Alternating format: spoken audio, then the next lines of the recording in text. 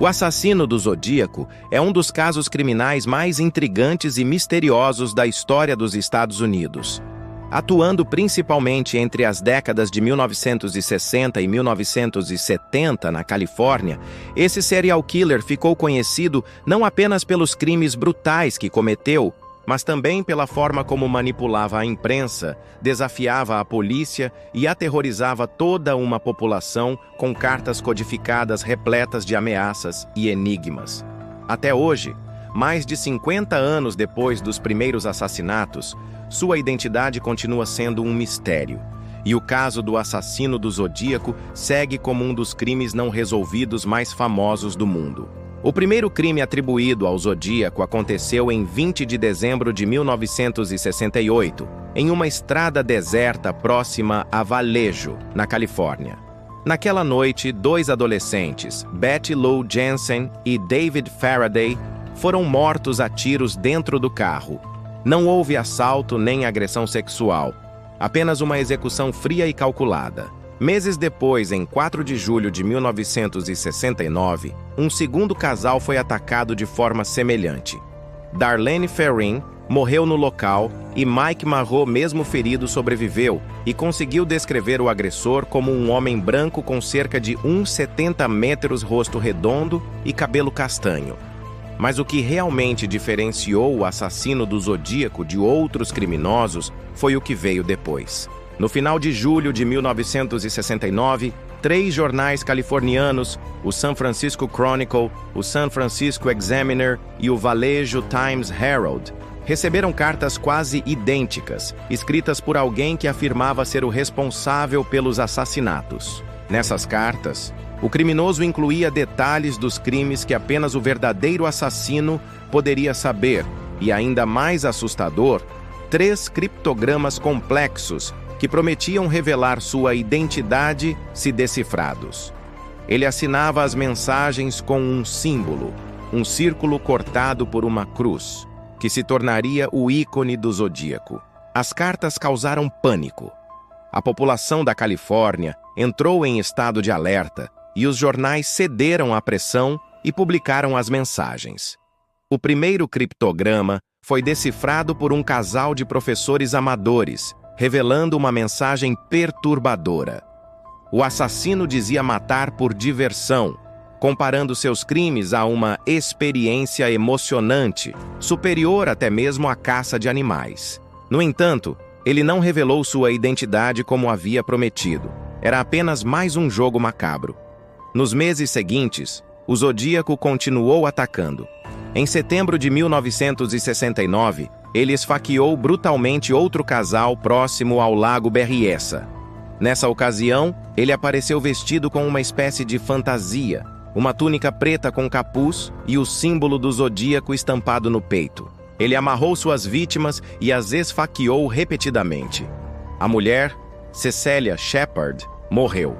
O homem, Brian Hartnell, sobreviveu.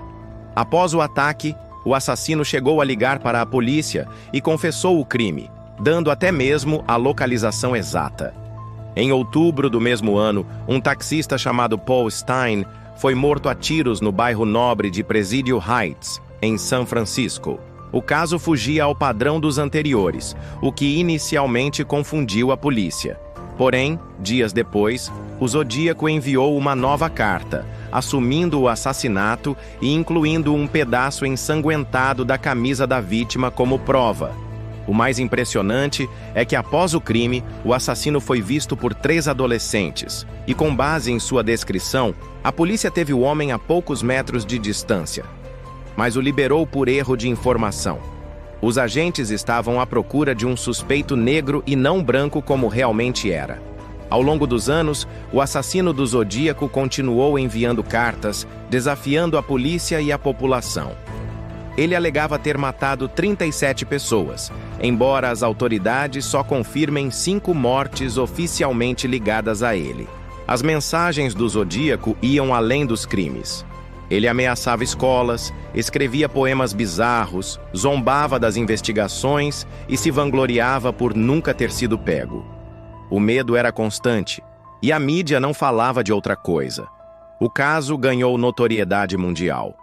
Muitos suspeitos foram investigados. O principal deles foi Arthur Lee Allen, um ex-professor que tinha ligação com diversos elementos do caso. Ele usava relógios da marca Zodiac, tinha histórico criminal e morava próximo às áreas dos crimes. Apesar disso, nenhuma evidência concreta foi encontrada para acusá-lo formalmente. Em 1992, Allen morreu de um ataque cardíaco, levando consigo todas as possíveis respostas.